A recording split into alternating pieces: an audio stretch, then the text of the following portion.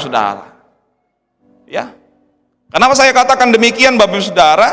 Disejajarkan, yaitu sama-sama dapat memberikan kepuasan. Di sana dikatakan di dalam ayat 18, janganlah kamu mabuk oleh anggur. Lalu sebagai antitesisnya, sebagai kebalikannya, tetapi hendaklah kamu penuh dengan roh.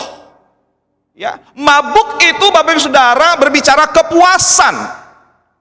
Ya, puas minum, penuh. Ya, dipenuhkan, ya. Sampai di seorang sempoyongan Bapak Ibu Saudara. Ya. Tetapi kan kalau ndak etis ya, kalau misalnya Paulus memakai kalimat mabuk oleh roh. Nggak mungkin, Ustaz. Paulus menggunakan kata penuh oleh roh. Di minggu yang lalu kita sudah belajar kata penuh itu ya dituliskan dalam bentuk kalimat perintah masa kini yang artinya penuhnya berkali-kali, penuhnya berkelanjutan, terus menerus, Bapak Ibu Saudara. Dan orang yang penuh dengan roh di sini tidak hanya ditunjukkan dengan berbahasa roh, berbahasa lidah. Seperti yang dikatakan Paulus dalam Galatia 5 ayat yang ke-16, ya. Di sana dia katakan, hendaklah kamu dipimpin oleh roh. Ini yang dikatakan penuh oleh roh. Mau dipimpin, mau dibimbing oleh roh. Ya. Jangan di gereja ketika melayani berbahasa roh, berbahasa lidah, tetapi hidup sehari-hari tidak mau dibimbing oleh roh. Coba ditampilkan ayatnya, saya pengen membaca ini lagi. Coba versi firman Allah yang hidup. Bagaimana orang yang dipimpin oleh roh itu, Bapak Ibu Saudara, adalah orang-orang yang mengikuti petunjuk-petunjuk Roh Kudus.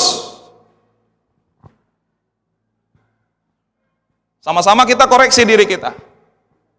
Bukan hanya ketika kita melayani, kita mampu berbahasa roh, berbahasa lidah. Adakah dalam hidup kita sehari-hari, kita mau mengikuti petunjuk-petunjuk Roh Kudus atau tidak, Bapak Saudara?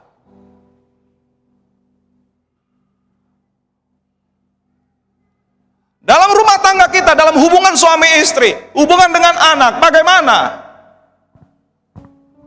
Adakah kita mengikuti petunjuk-petunjuk roh?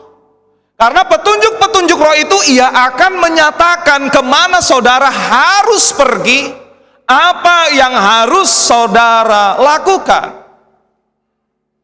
Ketika kita mau melakukan petunjuk-petunjuk roh, maka dengan demikian saudara tidak akan terus-menerus, ayat di bawahnya, terus-menerus didesak.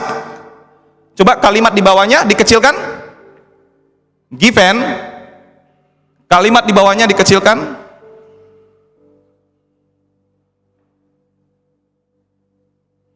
Ya. Ya, sehingga saudara tidak akan terus-menerus mengikuti sifat jahat yang selalu mendesak saudara untuk berbuat salah. Jadi bukan masalah bisa berbahasa lidah, bisa berbahasa roh. Tidak cukup hanya sampai di situ, Bapak Ibu Saudara.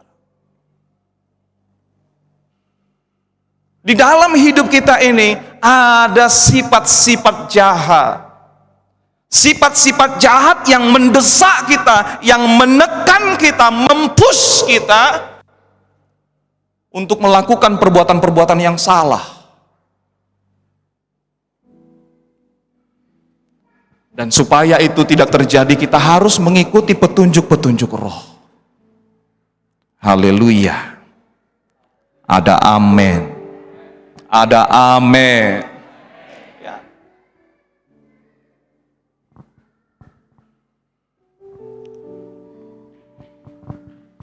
Jadi kepuasan, saya dikatakan tadi itu sejajar ya. Saya katakan sejajar, anggur dan roh dibuat sejajar di sana. Sama-sama menimbulkan ataupun dapat memberikan kepuasan. Ya. Kepuasan oleh anggur dapat menimbulkan hawa nafsu.